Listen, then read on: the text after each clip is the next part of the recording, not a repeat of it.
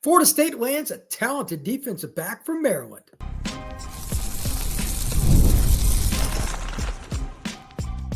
You are Locked On Seminoles, your daily podcast on the Florida State Seminoles. Part of the Locked On Podcast Network, your team every day. Welcome back into Locked On Seminoles. I am your host, Brian Smith, longtime college football writer and recruiting analyst. Thank you for making Locked On Seminoles your first listen each and every day. Truly appreciate you stopping in to talk some Noles with me. Today's show is brought to you by our friends over at FanDuel. Right now, new customers can get $250 in bonus bets when your first $5 bet wins. Just visit FanDuel.com.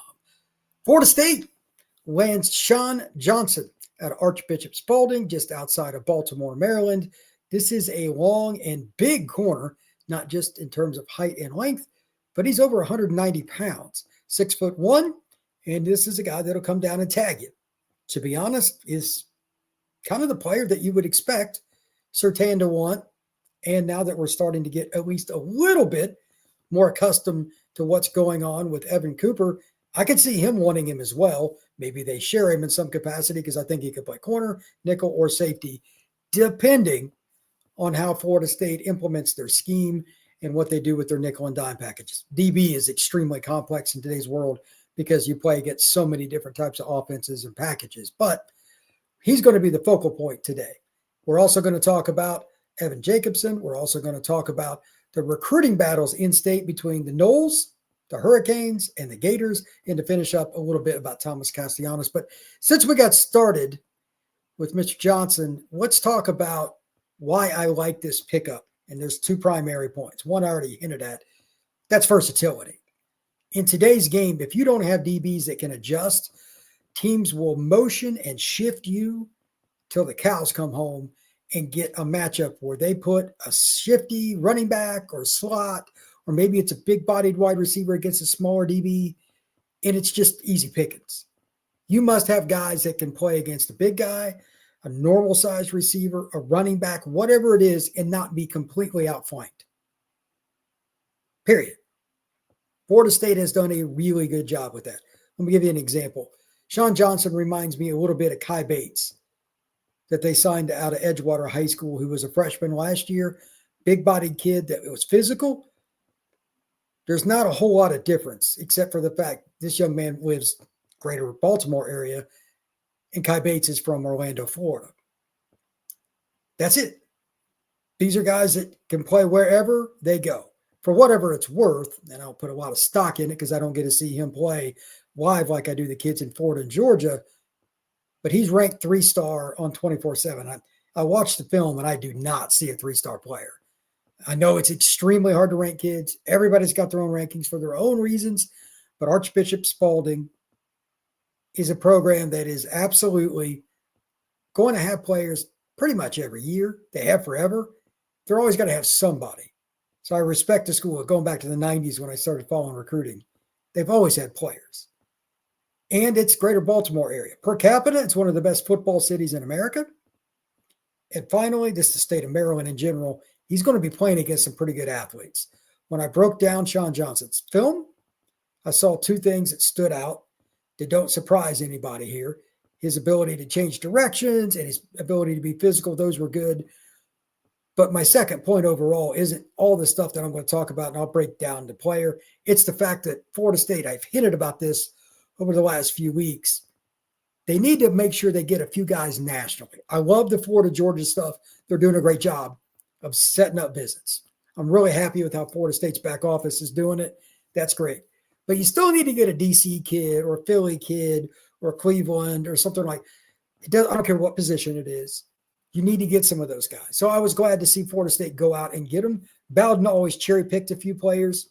And again, as I always say, if it's not broke, don't fix it. He gets 75% of his kids from Georgia, Florida. They get them in the top 4 every year in both the recruiting rankings and the final polls. If you're going to win, though, at Florida State or anywhere else, every now and then you need to branch out. Get a Texas kid from Ohio, kid from New Jersey, kid from California, kid from Maryland. This was good. As for the breakdown, I was really happy with what I saw for Johnson because he breaks on the football, whether he's playing zone or man, really well. Again, this kid, it's over 190 pounds. He broke on the football more like he was a young man that was 165, 175. Good sign. Foot in the ground, change direction. He's not one of those guys that shuffles his feet as he goes to his right or to his left and then redirects. That half second is an eternity in the world of football. When the guy throwing the ball has a gun, that receiver's catching the football and he's turning up the field and you missed and you're going out of bounds while he turns it up, he's down the sidelines for 6. It matters. Sean Johnson can play corner in his zone or man scheme. Remember now, Surtain and Florida State played a ton of man the last year and the year before. And I don't think they necessarily want to get away from that completely. But Coach White is bringing in a new scheme where they use more safeties in different ways. And they also, here's the key, will mix up zone and man. This kid's played both. It's important that he plays at Spalding somewhere that's football matters. He's going against good competition, and he knows what it's like to see elite athletes. The adjustment to Florida State won't be as big. That's important. Finally, on him, just looking at him as a prospect, I don't know what position for sure he'll play, but again, I reiterate, corner, definitely could play safety, and definitely could play nickel. They just have to figure it out. He's the guy that can make the jump to any of those spots based on his build, how he's been trained, and his ability to play man or zone. I don't think it matters because he would charge the football on a screen, outside run. He would go and hit a guy coming across the field that the football was thrown to the other side. He'd hustle across and get in on a tackle. Those kinds of players, you can find a niche for them no matter what. I think Johnson's a really good football player. Again, he's underrated on 24/7 anyway. I don't pay attention to the rankings as much with out-of-state kids because I don't get to see them. It's a little harder to grade. It's one thing to see huddle film. It's another to see a kid right in front of your face at an Under Armour camp or a game or something like that. So I have not seen him live, and I never will because I'm not going to Maryland to watch a high school game, but he's a dude. Really like the way he looked on film, and I think he has a chance to play pretty early at Florida State. Also, I want to bring up a tight end that's visiting, Evan Jacobson. It's a kid from Waukee, Iowa.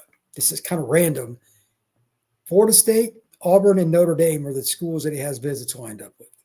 2 things there. Number one, it's weird that a kid from Iowa has Florida State, Notre Dame, and Auburn.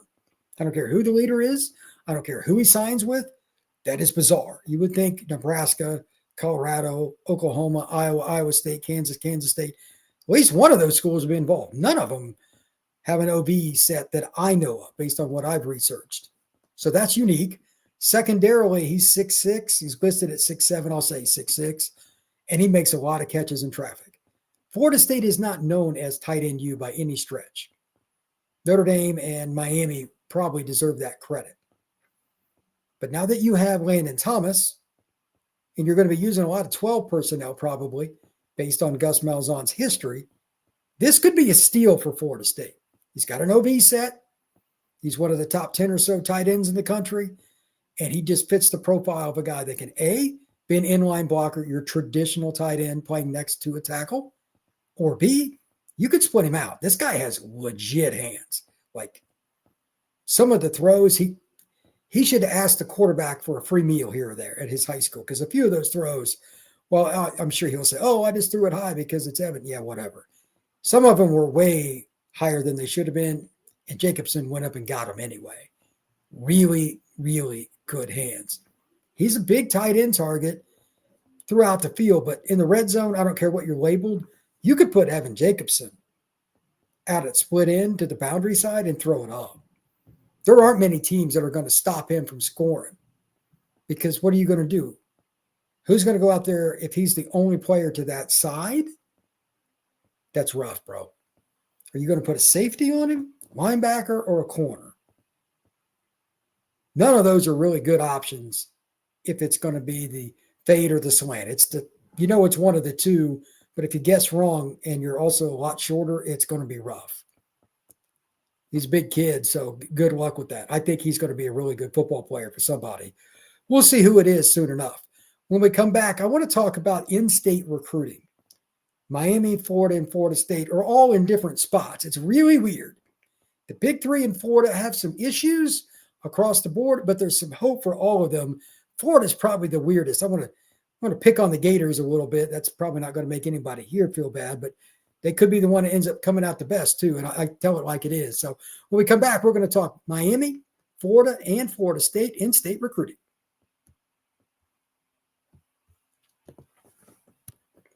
The NBA playoffs are almost here, and FanDuel is giving new customers an incredible way to get in on the action. Right now, when you join FanDuel and place your first $5 bet, you'll get $250 in bonus bets if your bet wins. For FanDuel people, you already probably know this, but the prop bets are really cool. 3-point shots, total points, rebounds. There's a million different ways you can do it, so that's cool. Also, you can do live bets. If you didn't get your bet in on the game for just like the final score, you can do a prop bet on that during the game with live betting. You can even parlay it so you can get more than one thing in. You can add your live bet into a parlay for a chance to win big. It's up to you, and FanDuel makes it easy. Don't miss out. Head over to FanDuel.com and claim your $250 in bonus bets today. Have you done? All right. Miami, Florida State, Florida, they've always battled for in-state kids, and it's wild who comes out on top each and every year. It's been that way for 40 years. That's not going to change. But right now, I wanted to address it right before the portal opens and recruiting goes wild. They kind of collide here in late April. The portal, just for record, April 16th to the 25th is officially open. Although if you go search on X or Instagram or TikTok or anything else, you're going to see quite a bit of these players jumping in the portal in terms of announcing, hey, I'm going to enter. It's going to be very important for Florida State to continue on the path they're on, but I wanted to give a barometer between Miami and Florida. So here's a couple of things to note. Number one, Florida State and Miami are far ahead of Florida right now in terms of commitments. I'll just use Miami as an example. They've got 9. Florida has 3. Florida has an elite official visit list set up. And from talking to Brandon Olson over there at Locked On Gators, he's told me for months the same thing. Absolutely the same thing. We need to see what happens here because a lot of the players, they don't believe Billy's safe in his job, and he's not. So he goes, I don't really know how it's going to work this summer. And I'm like, yeah, that's not going to work out well. The key is they got to stay in on kids, whether they get them to commit or not. But there's a chance Florida's recruiting class is going to look like absolute disaster compared to where it should be by the end of June. Now, I'm sure that makes a lot of Florida State fans happy, but I just want to put this out there while I think that's funny because that should never happen in Florida. It's one of the easiest places in the world to recruit to. But if they start well this season, like they play a game at Miami, ironically, if they win that game or have another big game or something and they got Lagway, Florida could jump up. Right now, the Noles in Miami, they have a similar number of commitments. They're far ahead of Florida, but don't count the Gators out in the race for the top 3 spots in the state. It's going to be one of those 3. UCF's not recruiting very well, not surprisingly, and USF is not in the stratosphere. They don't even count really. But Miami, they're the one that's most consistent out of the 3, as much as FSU fans don't want to hear it. And again, I'm just telling it like it is. They're more balanced. They got Darion Coleman, elite quarterback. I think he's one of the top 5 players in the state of Florida.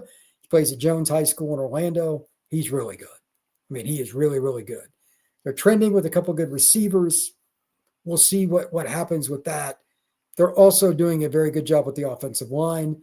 I know my buddy John Garcia Jr. over at Rivals, he's a national recruiting analyst. He thinks Miami has a very good chance to sign the nation's #1 offensive line class. I think conservatively it'll be top 5. Pepe, Jackson Cantwell, several really good players like that are involved, but they also have a really good shot at Cannon Pickett. So we'll see. I bring up the O-line not just because it's good, but Florida State's got to get some of those kids. They're not getting the same visits with some of them, but they're getting a lot of the good players just below that in terms of recruiting from Georgia and Florida to visit. We'll see. But I don't know. They've got a little bit of a shot at Cannon Pickett, but his brother's at Miami. He's got history with the school. That's going to be hard.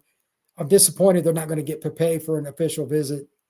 I'm disappointed they're not going to get Jackson Cantwell for an official visit, etc. but they still got some other good players. Defensive line, Florida State's a lot better. I talked about Deuce Gerald's recently, Miami, and several other schools also involved. Ohio State, Ole Miss. He's big time. That's a 5-star. That could end up being a Miami-Florida State battle. Deuce has been to Florida State twice here recently. That's a really good football player.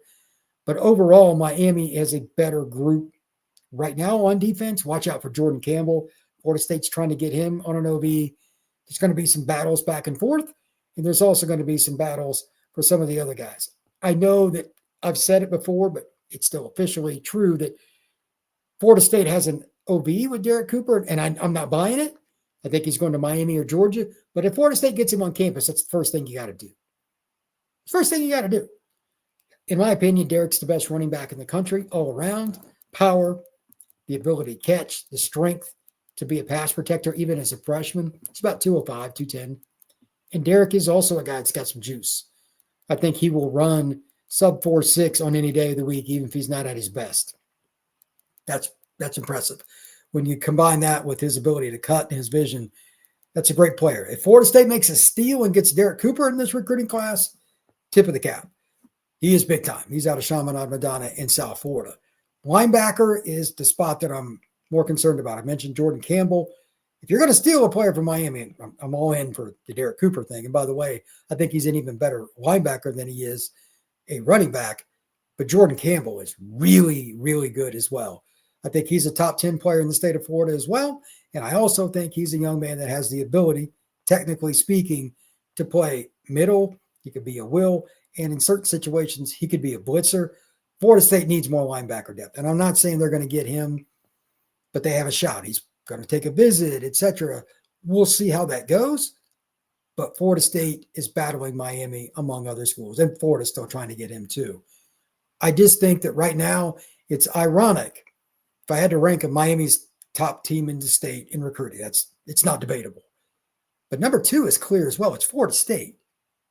Even though Florida beat Florida State last year, and they had DJ Lagway. That's how weird recruiting in the state of Florida is right now.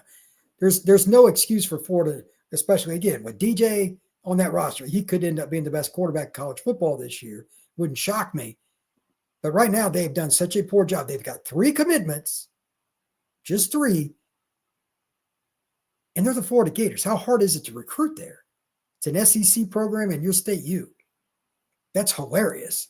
So they've got a great visit list, but you're going to see some chomping of teeth, yes, pun intended, with Gator fans, because there's no excuse for that. I know they've got a guy on the hot seat, but they've got NIL, and they've also got the swamp in the SEC to sell. Florida State's doing a little better than what I thought when I really started breaking it down and comparing the different teams. I don't know what it is, but I think it's hilarious. Florida State still is a long way from where they need to be. Again, O-line recruiting could take another tick up. They still don't have an elite guy right now on the offensive line that's either A, committed, or B, I think they're just in the mix for a bunch of them. I don't know where they're going to go. They're in on a bunch of guys, and this is one of the better years for in-state kids, especially in the state of Florida. And they've got some Georgia kids going to visit too. And they've done their due diligence. Herb Hand's done a good job, but I would like one more, just no doubter, 5-star kind of guy to visit. Right now, I don't know if that's going to happen. Final piece on recruiting. If you're looking at the rosters overall, it still comes down to those critical positions: O-line, D-line, quarterback, pass rusher in particular on the D-line, and then some corners. I think Florida State secondary will be as good or better than anybody's in the state for quite some time. I don't trust Miami with what they've done. They had a lot of talent in the secondary last year and stunk. Florida, exact same thing. There's no excuse for how bad Florida was in their secondary. There's not. And Florida State just has better coaches. They need to hit the home run there with the visits. DBs tend to recruit themselves into the latter portion of the year for final decisions. They'll take their visits, and that's fine. But I think Florida State, of any position, should do the best at DB against UF and Miami. It's because those schools haven't done very well with their development at those spots. They just haven't. So Surtain and Cooper, that's about as good a 1-2 punch as there is in college football.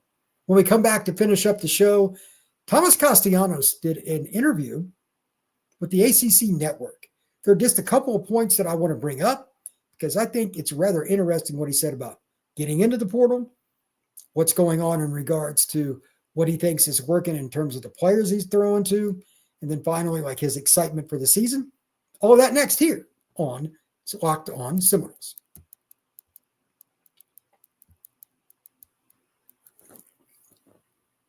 I like honesty. Thomas Castellanos made it clear that Auburn was the first school that he was really interested in terms of getting into the portal. Made it sound like it was pretty obvious that there was tampering, but everybody's tampered with. It's not exactly shocking. But he said once Gus Malzahn made a phone call to him, it was over. He said really it was just pretty much over. He likes Gus. It's the coach that he originally committed to and signed with when Gus Malzahn was at UCF. They've got a good relationship. So he comes to Florida State. Here's the irony, and I'd forgotten this. Thomas had told me this a couple of years ago, but he's got ties to Florida State, like family members that have gone to school there. He's got family in South Georgia. He's not from South Georgia. He's from the east central part of the state of Georgia in Waycross, and he played at Ware County. But he's got all these ties, plus he's got family in the Miami area. So obviously the Miami game is going to mean something. So he said it's going to be like a reunion for Florida State home games. That's really cool. But what I found most interesting is talking about the receivers and the guys that have stood out. Not surprisingly, this isn't going to be earth-shattering. Deuce Robinson was the first one mentioned. No shock there. Squirrel White was a guy that he liked. Not exactly shocking there. Very successful wide receiver out of the Birmingham area that played his first 3 years at the University of Tennessee. But he also mentioned Javon Boggs. I was curious about this because he set the record in Florida high school football receiving yardage. And he also is a guy that I've just seen play a few times, just tremendous hands, and he's just put together. Guys like him find a way to get open, and they create space with physicality, and they catch through contact. Are you capable of doing it? I don't know what it is, but Thomas Castellanos could have picked anybody. He was judge and jury on that, like who you like playing with and who stood out. And he mentioned a true freshman receiver. I think that's pretty cool. It took some guts to say that, but it also means, and I know Thomas, he's a blunt guy. He tells it like it is. That tells me that Javon Boggs is going to play. Doesn't mean he's going to be the starter. Doesn't mean he's going to be a superstar day one. But for him to mention him right out of the gate like that, okay, that's a good sign. Florida State football has got a guy that I think could be that power slot. And they've had some other guys like that in their history, but he's also capable of playing boundary or flanker. Javon Boggs, he's got enough speed. He's not burger fast. He's not a 4.35 guy, but he's fast enough and he's got great hands and runs great routes. I would not be surprised if by the end of this season, I'm not predicting the beginning, but by the end of this season, if Boggs was a guy that was starting at one of the positions for the Noles. I wouldn't even be surprised if it was one of the players that Castellanos looked to on third downs. They might use in 2x2 formations, like Squirrel White will probably be the starting slot. Maybe they put Boggs at the other slot. There's a lot of ways you can do it. Maybe he plays some boundary and he's the backup to Deuce part of the time. They'll find ways to get him the football. But that's a really good sign. He also mentioned Elijah Moore and some other guys too. So the young receivers we've discussed here many times on Locked On Seminoles, they got to step up, man. It's talent, for one. They should because they're just good. But two, that means learning the playbook, consistency with Thomas, consistency with all the quarterbacks for that matter. I don't care if it's Jackson or anybody else that they're throwing around with, just out and about. They've got to get that chemistry. And then finally, it's run blocking and carrying out fakes and doing all the little things technically to get on the field. Coaches just, they are what they are. They are creatures of habit. They do not like change. They don't care how much you have in terms of talent. They want to see it in practice before they play. That's just the way it works. If those young players show it between now and the end of fall camp, Florida State might have one of the younger receiver groups in the ACC and the Power Four. That's true. But it also might be one of the more interesting because Castellanos has got a gun. The run game is going to be really good. You're going to see safeties coming down in the box. The Noles could have an explosive passing game, even though they aren't going to run it in a sense, or pass it in a sense where you're thinking of an air raid. It's going to be just the opposite. Gus wants to be 60% run, 40% pass. and just make teams come into the box and take shots. He wants to hit plays down the field. Boggs, Elijah Moore, guys like that. They're going to be single covered almost every play because Deuce, if anybody's going to get doubled or roll a safety a couple of feet, maybe a couple of yards closer, it's going to be the Deuce. He's 6'6", 220. So these guys have a chance. Plus, don't forget about Landon Thomas. There's nobody going to guard him one-on-one either. They're not. He's 6'5", 240 pounds, and an athlete. They're going to have to find a way to stop those two guys above everybody else. I mean, Squirrel White, Javon Boggs, or anybody else, Elijah Moore, B.J. Gibson, I don't care who it is, Wayne McCoy, Jaylen Brown, they're all going to have a lot of one-on-ones. It's going to be interesting. And then don't forget, I know he's banged up right now, but Hakeem Williams, he'll be back. Tayshaun Gelsey, he'll be back. Florida State has plenty of talent at wide receiver. There's no reason that they can't be one of the more dynamic offenses, at least in the ACC, if not the country, because Gus's offenses will draw the safeties and the linebackers closer to line of scrimmage. There's just no way around it. Thank you once again for making Locked On Seminoles your first listen each and every day. Truly appreciate you stopping in to talk Noles with me. Everybody hit that like button and that notification bell and subscribe and share this podcast. Give us a thumbs up on Apple and wherever you listen to this podcast. We will see you again tomorrow. Take care.